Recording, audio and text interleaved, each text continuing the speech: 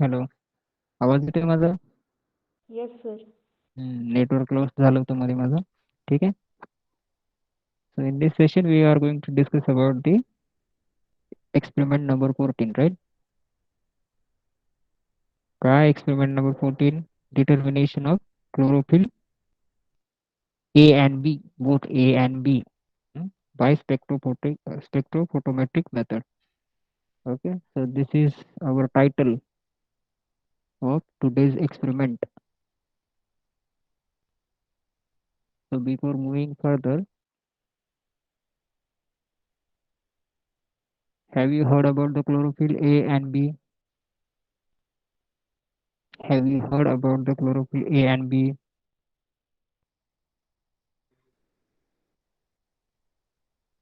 Yes, sir.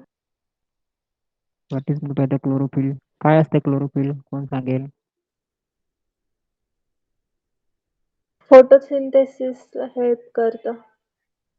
Photosynthesis By, साठी. हा. By आता हे absorbing light. अच्छा, आणखी कोण काय सांगेल? काय असतं हे? Chlorophyll A and B is a pigment which absorbs the light energy and convert into chemical energy. Right. It is a pigment basically present inside the plant or leaves. Okay. So what will happen? The sunlight will fall on the chlorophyll pigment, and whatever that light energy is get converted into the their food, we can say. Okay, for the chemical purpose or metabolic purpose of that plant. Okay. So this is the main function behind the chlorophyll inside the plant. Okay, it synthesizes the food basically. We can say in short. Hmm?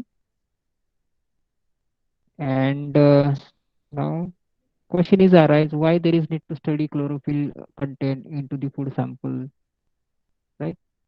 What is the reason behind it? Why we should have to study the chlorophyll content into the food sample?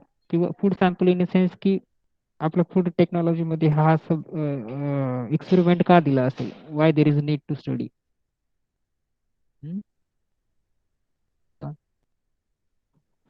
Most of the pigments are unstable. Okay, what will happen? What happen exactly when we um,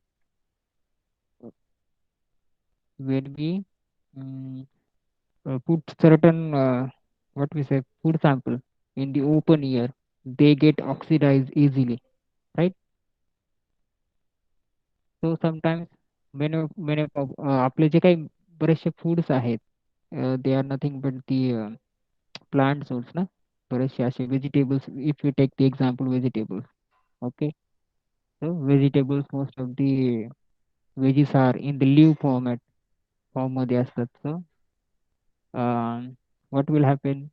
cut केल्यानंतर कधी कधी काय होते, oxidation होतं त्यांचं. Okay, and leads to the discoloration of that vegetables किंवा जे leaves असणार आहे. Okay, so that is why we have to study this properties chlorophyll exactly काय एक्झॅक्टली असतं. So that is why we have to study this.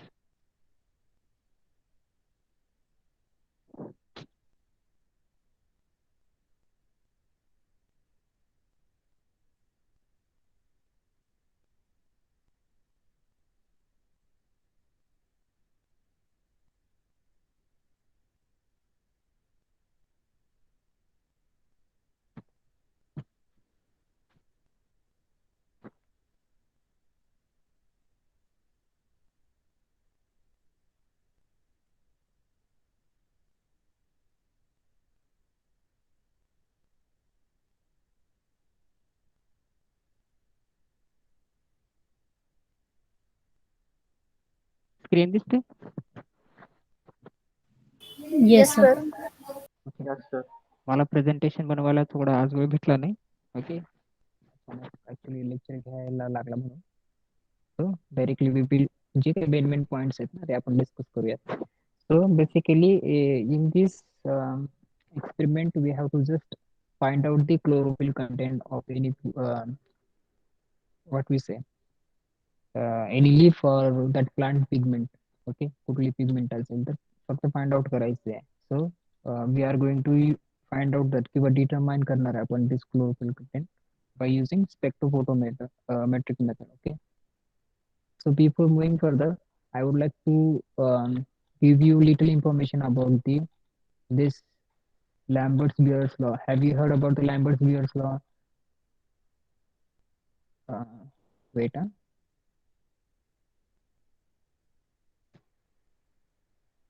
because while studying the spectrophotometry, it is very important to know about Lambert's-Beer's law. Okay. Um, कुठे गेलं ते एक minute थांबा.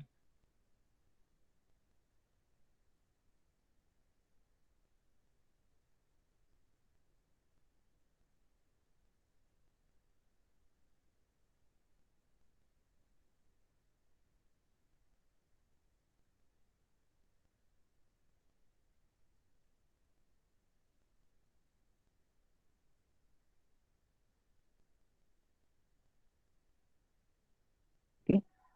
This Beer's law and Lambert's law. These are the two laws basically very important while you study this what we say spectrophotometer.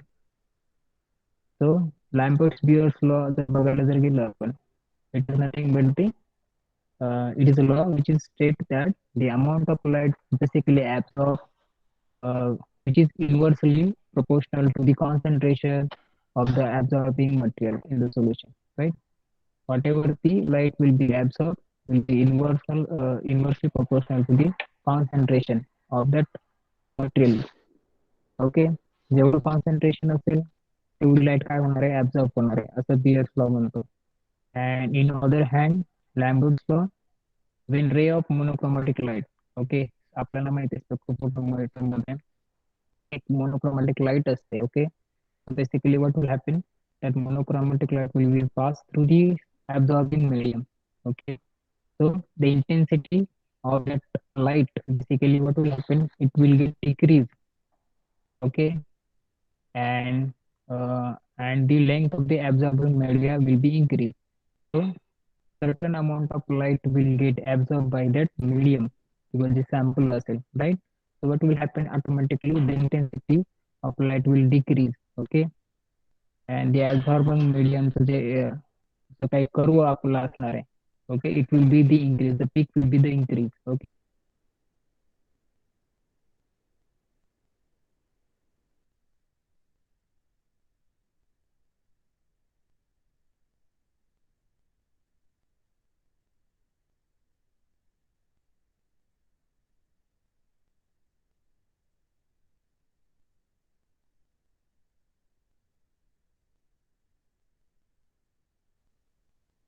Light basically monochromatic light ज्यावेळेस आपण pass करतो.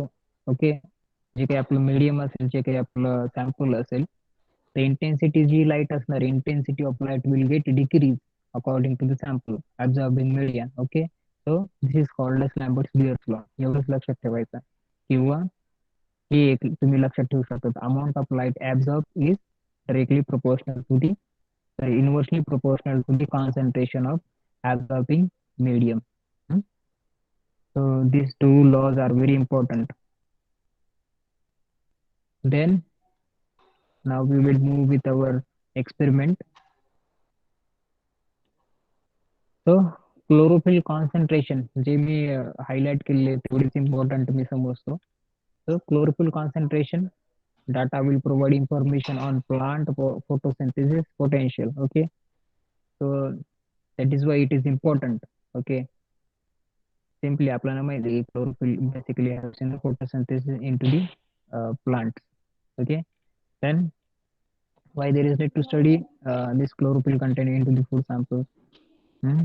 So the reason is that we will get the idea about the oxidative reactions basically. Okay, at what uh, what what condition basically it get oxidized.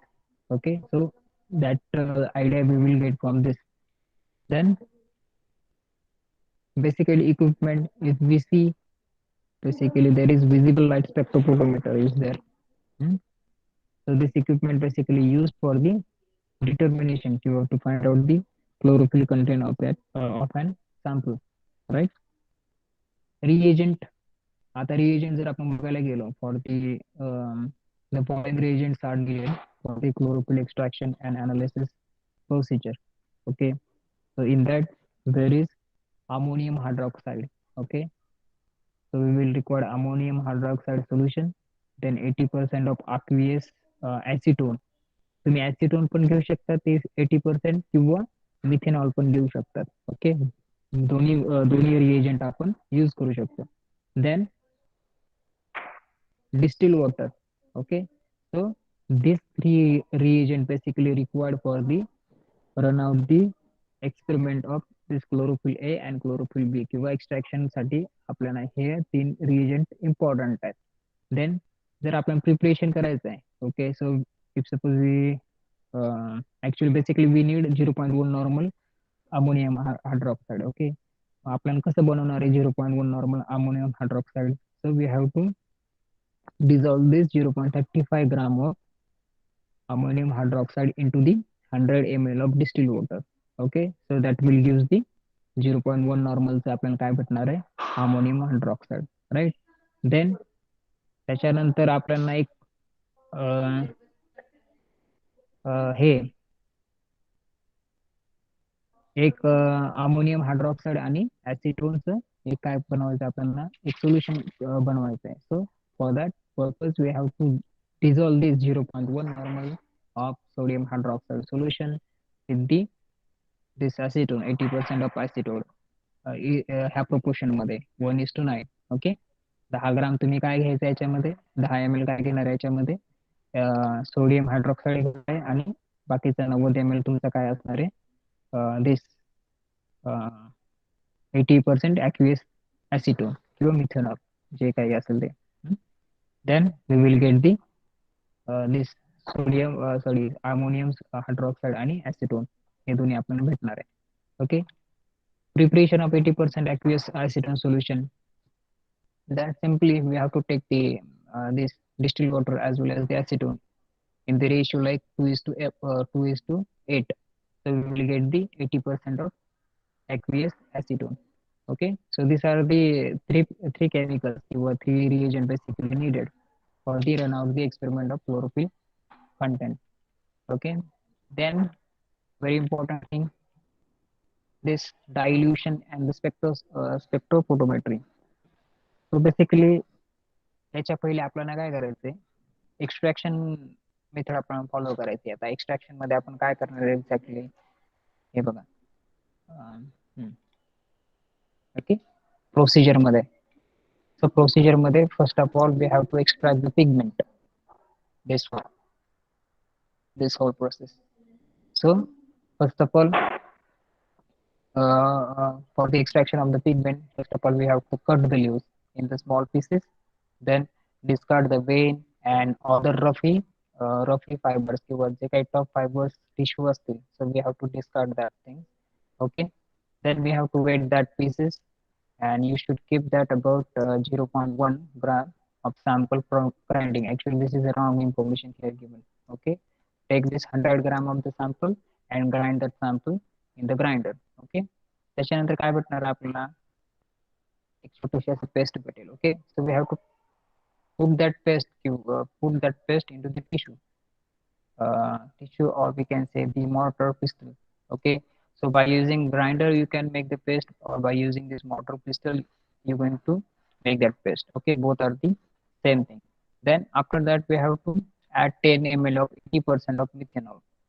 Okay, paste बनली आहे तुमची, थोडं त्याच्यामधून त्याच्यानंतर तुम्हाला 10 ml काय करायचं आहे 80% मिथेनॉल किंवा पाठीमागे काय दिलेलं त्यांनी ऍसिटोन दिलेलं आहे.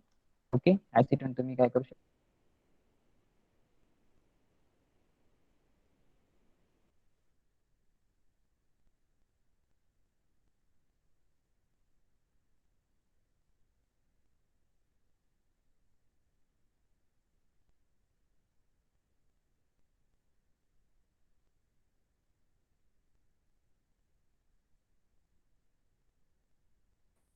filtrate should be used for the spectrophotometer determination chlorophyll content into the spectrophotometer. Okay,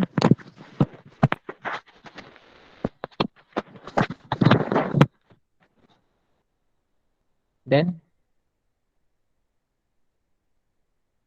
he process आपण फॉलो करायची. Dilution and spectrophotometry. So first of all, we have to dilute whatever the required thing. जे काही तुम्हाला dilute करायचं तेवढं सर्व तुम्हाला काय करायचं डायल्यूट करायचं. If the initial reading is out of linear range, okay, instrument detection, then supernatant is diluted by adding 80% of aqueous acetone किंवा methanol जे असेल तुमचं ते as a necessary to give an reading in the range between 0.2 to 0.8 absorbance unit at a wavelength of 645 nanometer to the 663 nanometer. Okay, तर एवढं आपल्याला nanometre काय करायचं किंवा एवढं आपल्याला वेवलेंथ काय करायची आपल्याला सेट करायची कशामध्ये स्पेक्ट्रोफोटोमीटर मध्ये. Okay, then a solution which has absorbed near about 1, okay, absorbance त्याचं जर असेल near about 1 should then we have to dilute and half little we have to dilute with the water, distilled water. आपल्याला absorbance range किती पाहिजे 0.2 to 0.8. Okay, याच्यापेक्षा suppose तुम्ही sample घेतलाय, sample Kuwait मध्ये टाकून तुम्ही रीड करताय आणि तुमची रीडिंग किती येते 1.0 किंवा याच्यापेक्षा जास्त येते, मग त्याच्या वेळेस तुम्हाला काय करायचंय, we have to dilute that sample with distil water. थोडस त्याच्यामध्ये डिस्टिल वॉटर टाकायचंय, त्याच्यानंतर पुन्हा तुम्हाला काय करायचंय रीडिंग तुम्हाला काय करायचंय रेकॉर्ड करायचंय. ओके, अंटिल दी 0.5 म्हणजे तुमची रीडिंग बेसिकली इन ह्या रेंज मध्ये आलं पाहिजे 0.2 टू 0.8. ओके, त्यावेळेस मग समजायचं की आपला जे काही कॉन्सन्ट्रेशन आहे, जे काही आपलं अॅनालिट आहे, सॅम्पल आहे, ते काय प्रॉपर रेडी झालेले. Okay, then final volume of liquid the final volume of the diluted sample extract will be recorded. The 80% aqueous acetone is used to the blind to a zero instrument initially. आता हे जे आपल्याला 80% aqueous solution आहे कशाच्या acetone किंवा मिथेनॉलचं जे असणार आहे. Okay, so there is one cuvette basically. Let me show you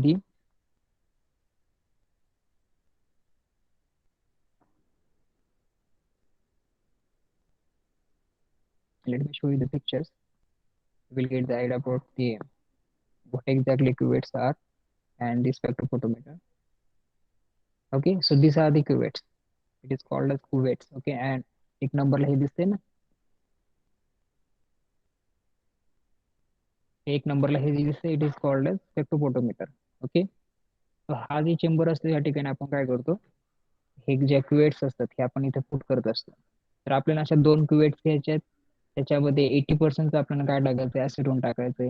okay, आणि दुसऱ्या जे क्युवेट्स असणार आहे त्याच्यामध्ये काय असणार आहे आपलं सॅम्पल असणार आहे. ओके, ते 80% जे सॅम्पल असणार आहे ते आपण ब्लँक सॅम्पल म्हणून यूज करणार आहे किंवा स्टँडर्ड सॅम्पल आपण यूज करणार आहे. ओके, तर ते सॅम्पल आपल्याला काय करायचं रन करायचंय आणि त्यावेळेस जे काही ऍब्झॉर्बन्स तिथे तिथे येणार आहे हे हे वेवलेंथ तुम्ही सेट केली किती 645 nanometre to 663 nanometre. Okay, then you will going to put the blank sample. Okay, मग काहीतरी तिथे रिडिंग दाखवेल 0.2 0.3 0.3 समथिंग असं काही. So you have to set that reading to the zero. Okay, with compare by using this 80% aqueous acetone किंवा methanol. Okay, then after हे zero reading set झाल्यानंतर then after we have to run our sample, त्याच्यामध्ये आपलं chlorophyll आहे. Okay, so इथे त्यांनी म्हटले the final volume of the diluted sample extracted will be recorded. The 80% aqueous acetone is used for the blind to the zero the instrument initially and after every wavelength resetting. ज्या ज्या वेळेस तुम्हाला wavelength तुमची reset करायची असेल त्या त्यावेळेस तुम्ही हे जे काही ब्लँक सॅम्पल आहे ते काय करायचं यूज करायचे फॉर झिरो साठी. Okay, zero checks and any deviation from zero must be recorded in the logbook or laboratory notebook. Nominal goes all the samples being analyzed will be read at the range between 645 nanometer and then read again after resetting the value wavelength 663 nanometer. Okay, तर पहिल्या अगोदर आपल्याला ह्या wavelength मध्ये 645 wavelength मध्ये काय करायचं एक मेजर करायचं सर्व सॅम्पल. ओके, सेकंड जे chlorophyll B. Okay, chlorophyll A साठी किती आपण नॅनोमीटर सेट केलेला 665 sorry 645 nanometre and chlorophyll B साठी आपल्याला काय करायचं 663 नॅनोमीटर. ओके 663 नॅनोमीटर आपल्याला काय करायचं सेट करायचं आहे okay dilution must be accurately made and recorded along with the what we say the concentration of the chlorophyll content okay so आपण मेजर केल्यानंतर आपल्याला तिथे ऍब्झॉर्बन्स येणार आहेत काही आता सपोज इथे दिले कॅल्क्युलेशन मध्ये the following calculation will be made for the sample chlorophyll concentration okay so chlorophyll A milligram per milliliter okay आपण बेसिकली घेतो मिलीग्राम पर मिलीलिटर आणि क्लोरोफिल बी साठी सेम मिलीग्राम पर मिलीलिटर तर त्याच्यामध्ये इथे त्यांनी ऍब्झॉर्बन्स हे बघा इथे 6 पहिलं ए सॅम्पल साठी तिने ए ऍब्झॉर्बन्स ॲट वेवलेंथ 645 कम्प्युज व्हायचं नाही ओके इथे खाली त्याने नॅनोमीटर दिलेले बेसिकली किती नॅनोमीटरला त्याने ते मेजर केलेलं आहे ते आपल्याला इथे खाली लिहावं लागतं सॅम्पल ए सॅम्पल बी असं त्याने एक काय आपण कन्सिडर करूयात ओके सो सॅम्पल ए लाईक त्यांनी 663 ला मेजर केलं क्लोरोफिल ए सॉरी ए त्याच्यानंतर पुन्हा 645 ला त्यांनी मेजर केलंय okay 12.7 is a factor basically constant factor so even 2.69 is a factor so जेवढी तुमची ऍब्झॉर्बन्सिटी येणार ती काय करायची ते मायनस करायची लाईक 12.7 इंटू आपला ऍब्झॉर्बन्स लेवल किती आलेली आहे 0.8 आली आहे कितीला 645 ला मग तुम्ही इथे काय करायचं 0.8 इथे मेन्शन करायचे ओके मायनस 2.69 इंटू किती आली आहे 0.3 सपोज आली ओके तर 0.3 इथं काय करायचंय तुम्हाला मेन्शन करायचंय आणि व्हॉट एव्हर तुमचं कॅल्क्युलेशन येणार आहे ते तुमचं फायनल काय असणार आहे क्लोरोफिल ए आणि क्लोरोफिल बी ओके हे तुमची फायनल व्हॅल्यू तुम्हाला भेटून जाणार आहे त्याच्यानंतर टोटल क्लोरोफिल जर आपल्याला जर काढायचं असेल त्या पिगमेंट मध्ये किती टोटल क्लोरोफिल होतं तर सिम्पल आपण काय करणार आहे क्लोरोफिल ए आणि क्लोरोफिल बी चं काय करणार आहे ऍडिशन करणार आहे so you will get the exact value of total chlorophyll contained on that pigment right so this is the procedure for the determination of chlorophyll A and chlorophyll B right total chlorophyll in original tissue sample again हे त्यांनी एक दिलेलं आहे तुम्ही by this method हे formula use करून पण तुम्ही काढू शकता टोटल क्लोरोफिल कंटेंट हे मिलीग्राम मध्ये okay then total chlorophyll A original tissue sample मध्ये किती होतं हे पण तुम्ही बाय पुटिंग व्हॅल्यूज त्या फॉर्म्युल्यामध्ये तुम्हाला भेटून जातील okay so this is whole about the chlorophyll content एकदम सोपं आहे काय करायचं सॅम्पल तुम्हाला घ्यायचं लिव्ह सॅम्पल घ्यायचंय त्याच्याने थोडंसं त्याला वॉश करून घ्यायचंय वॉश केल्यानंतर त्याला तुम्हाला काय करायचंय त्याचं ज्यूस एक्स्ट्रॅक्ट करून घ्यायचं आहे right by pestle mortar use करा किंवा ग्राइंडर यूज करा तुम्हाला जसं सुटेबल आहे ते ज्यावेळेस तुम्ही ज्यूस एक्स्ट्रॅक्ट करताय त्याच्यानंतर काय करणार आहे तुम्ही एक ब्लँक सॅम्पल आपल्याला बनवायचं आहे ब्लँक सॅम्पल म्हणजे स्टँडर्ड सॅम्पल आपण म्हणूयात ओके झिरो करण्यासाठी हे ऍब्झॉर्बन्स लेवल्स आपली झिरो असण्यासाठी आपण काय करतो ब्लँक सॅम्पल तयार करतो तो कसला असणार आहे आपला 80% ऍसिटोन किंवा 80% मिथेनॉलचा राईट त्याच्यानंतर दोन्ही सॅम्पल हे जे आहेत आपले ब्लँक सॅम्पल किंवा जो आपला क्लोरोफिल ए चा आणि बी चा त्याला आपल्याला काय करायचंय कुवेट मध्ये पुट करायचे ओके नॅनोमीटर सेट करायचं आहे नियर अबाउट 645 नॅनोमीटर पहिला नॅनोमीटरला आपल्याला क्लोरोफिल ए ब्लँक सॅम्पल असेल blank sample chlorophyll A chlorophyll B याला 645 नॅनोमीटरला त्याची एक रिडिंग घ्यायची आपल्याला त्याच्यानंतर 663 नॅनोमीटरला सेकंड आपल्याला क्लोरोफिल बी साठी क्लोरोफिल बी त्याच्यामध्ये आहे का नाही हे मेजर करण्यासाठी 663 नॅनोमीटरला आपल्याला काय करायचं ते सॅम्पल रन करायचं आहे ओके सो असं आपल्याला किती सॅम्पल लागणार आहे 1 2 3 म्हणजे 3 वेळेस 2 वेळेस आपल्याला काय करायचं 1 2 3 4 4 वेळेस आपल्याला काय करायचं सॅम्पल रन करायचं आहे 4 आणि 6 ब्लँक सॅम्पल पण असणार आहे ना 6 नाही त्याचा एकच पकडूया म्हणजे 5 वेळेस आपल्याला काय करायचं सॅम्पल रन करायचं with the different wavelength okay chlorophyll B साठी डिफरंट वेवलेंथ असणार आहे ती किती असणार आहे क्लोरोफिल बी साठी 663 हीच वेवलेंथ आपण यूज करतो लक्षात ठेवा बरं का कधीही पण तुम्ही आता मार्केटमध्ये सपोज बाहेर जरी पडले इंडस्ट्रीमध्ये जरी गेले आणि तुम्हाला मेजर करायचं आहे, क्लोरोफिल कंटेंट काढायचं आहे एखाद्या सॅम्पल मधून, प्लांट सॅम्पल मधून तुम्हाला क्लोरोफिल कंटेंट काढायचे. प्रोसिजर हीच फॉलो होते सर्वीकडे, लक्षात ठेवायची. प्रोसिजर हीच फॉलो होते आणि फॉर्म्युला पण हाच यूज होतो. ओके, सिंपल गोष्ट आहे. क्लोरोफिल काढायचं असेल तर तुम्हाला त्यातलं नॅनोमीटर लक्षात असलं पाहिजे. 645 ला आपल्याला क्लोरोफिल ए भेटतो आणि 663 ला आपल्याला क्लोरोफिल बी आपण काय करू शकतो, फाइंड आउट करू शकतो. Okay, so this are the wavelength.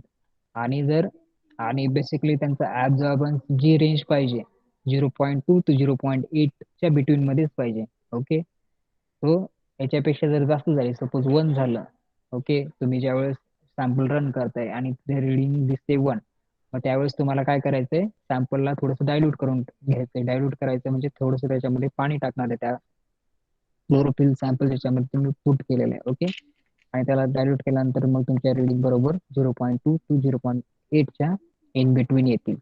Okay, and after that simple काय आहे, तुम्हाला सर्व जे काही रिडिंग्स आले तुम्हाला पुट करायचं आहे फॉर्म्युलामध्ये. फॉर्म्युलामध्ये तुम्ही पुट केल्यानंतर तुम्हाला त्या प्लांट पिगमेंटमध्ये किती क्लोरोफिल कंटेंट आहे ते तुम्हाला डायरेक्टली व्हॅल्यू काय होते, डिस्प्ले होते. So this is about the chlorophyll content by the spectrophotometric method. काय याच्यामध्ये प्रॉब्लेम आहे कोणाला? Anybody has any problem regarding to this session? श्वेश, श्वेश आहे का?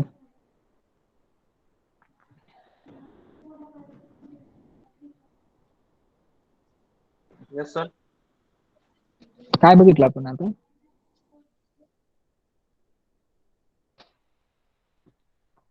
काय बघितलं श्वेश?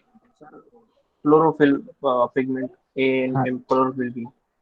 सांगा, थोडस एक्सप्लेन करा थोडंसं.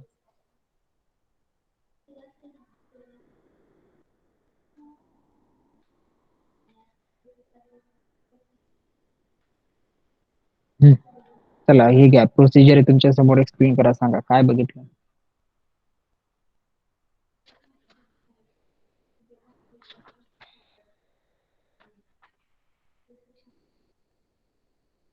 सांग पटकन. प्रेझेंट होता का? कुठेतरी बाहेर निघून गेला होता सुयश? Yes, sir. सांगा काय बघितलं आपण शॉर्ट मध्ये.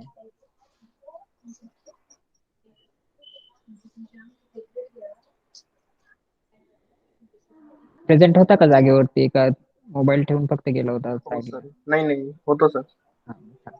एकदम सोपी प्रोसिजर आहे. क्लोरोफिल काढायचं म्हटलं एकदम सोपी गोष्ट आहे.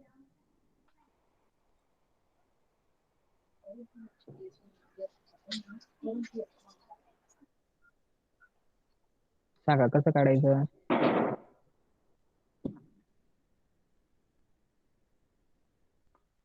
कोण सांगतं? अश्विनी? Yes sir. सांगा Ashwini.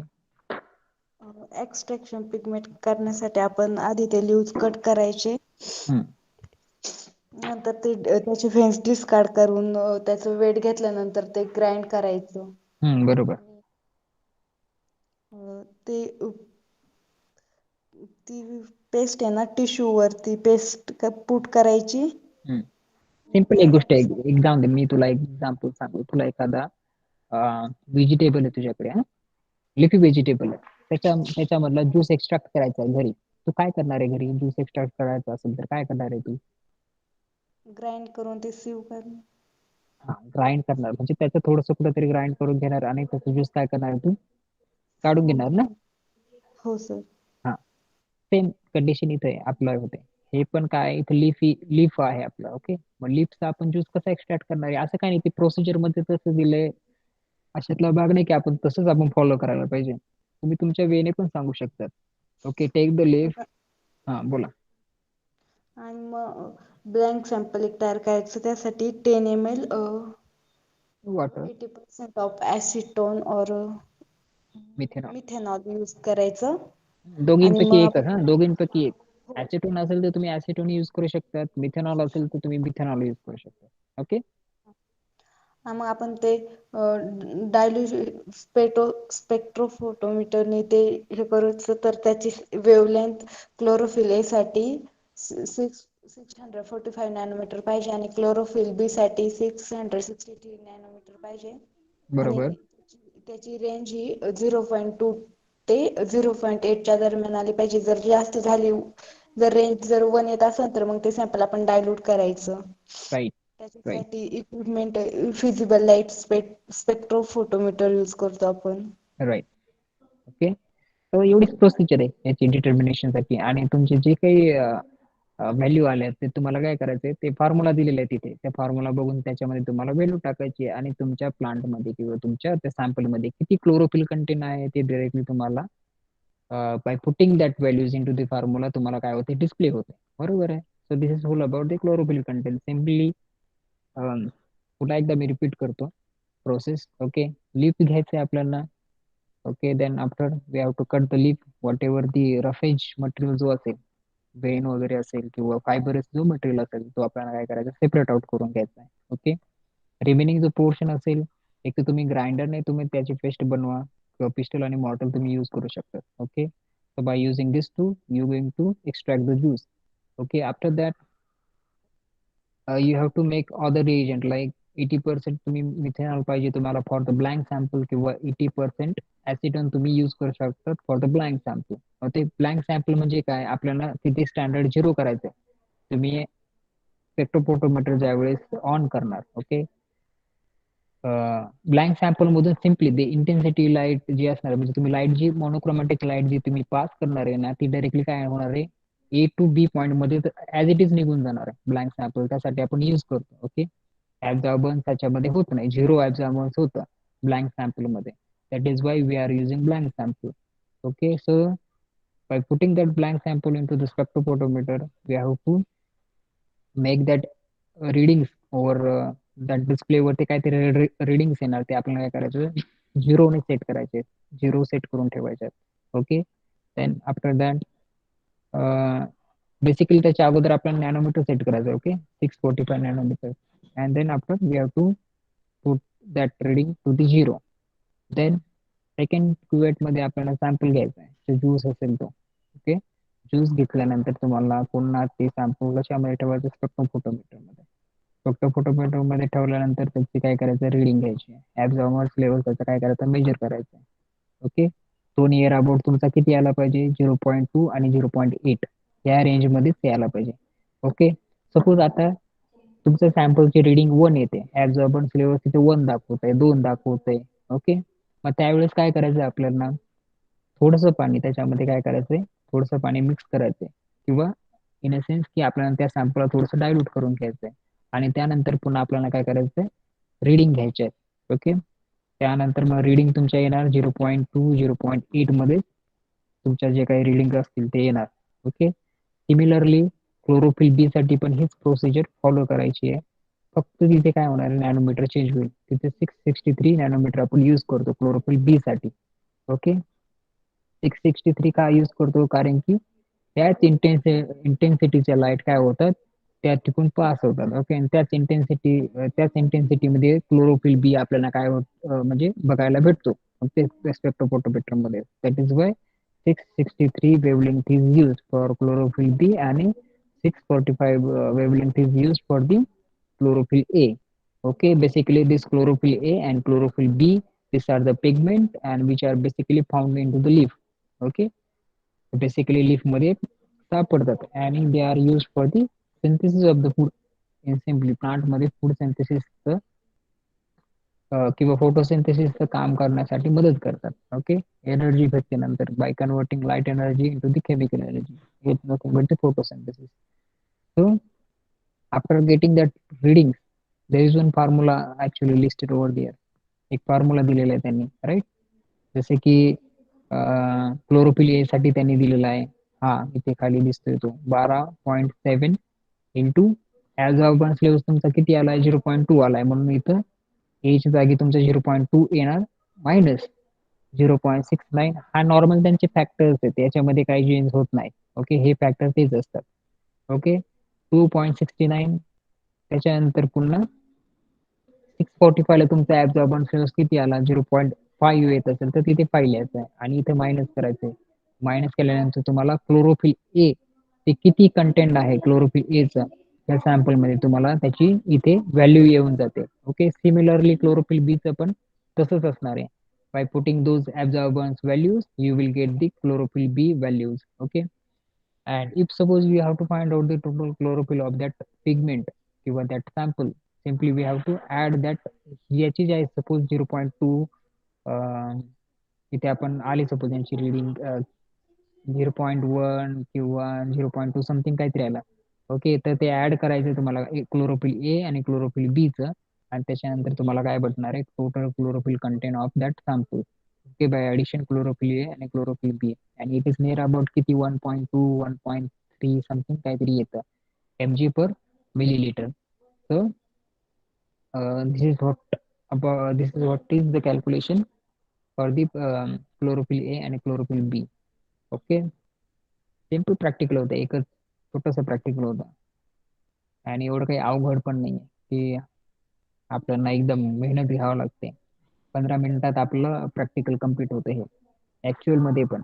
It will takes only 15 to hardly 20 minutes. Okay, for setting out the all the instruments. So hardly 20 minutes and experiment आपला carried out होऊन जातं. So this is whole about the determination of total chlorophyll by spectrophotometer आल्यानंतर एक लक्षात ठेवायचं कधी लॅम्बर्ट्स Beer's law येतो, लक्षात ठेवायचा, कधी विसरायचं नाही. नाहीतर एक्झाम मध्ये विचारलं what is mean by the Lambert's Beer's law तुम्ही कन्फ्युज होणार, तर आम्ही कधी शिकलोच नाही. So Lambert's Beer's law it's regarding to the spectrophotometer.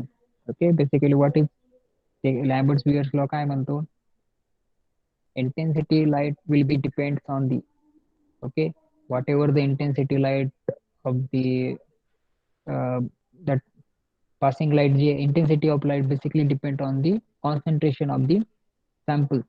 Okay, concentration sample जास्त जर असेल तर intensity light काय होईल बेसिकली डिक्रीज होईल. ओके, कारण की सर्टन अमाऊंट ऑफ लाईट काय होते ती ऍब्झॉर्ब केली जाते त्या सॅम्पल मध्ये. ओके, दॅट इज वाय जी काही पासिंग रेज असणार आहे त्याची थोडीशी इंटेन्सिटी काय होणार आहे थोडीशी डिक्रीज होते. ओके, ऍब्झॉर्ब केल्यामुळे. So this is basically Lambert's Beer's law. So ठीक आहे, आय होप सो, अज्युम करतो की सर्वांना समजलं असेल. समजलं सर्वांना? काही कोणाला डाऊट आहे regarding to this practical? Lubdha? Yes, sir. Any doubt regarding to practical? No, sir. कोणाला काही प्रॉब्लेम आहे? पायल समजलं का? पायल शिंदे?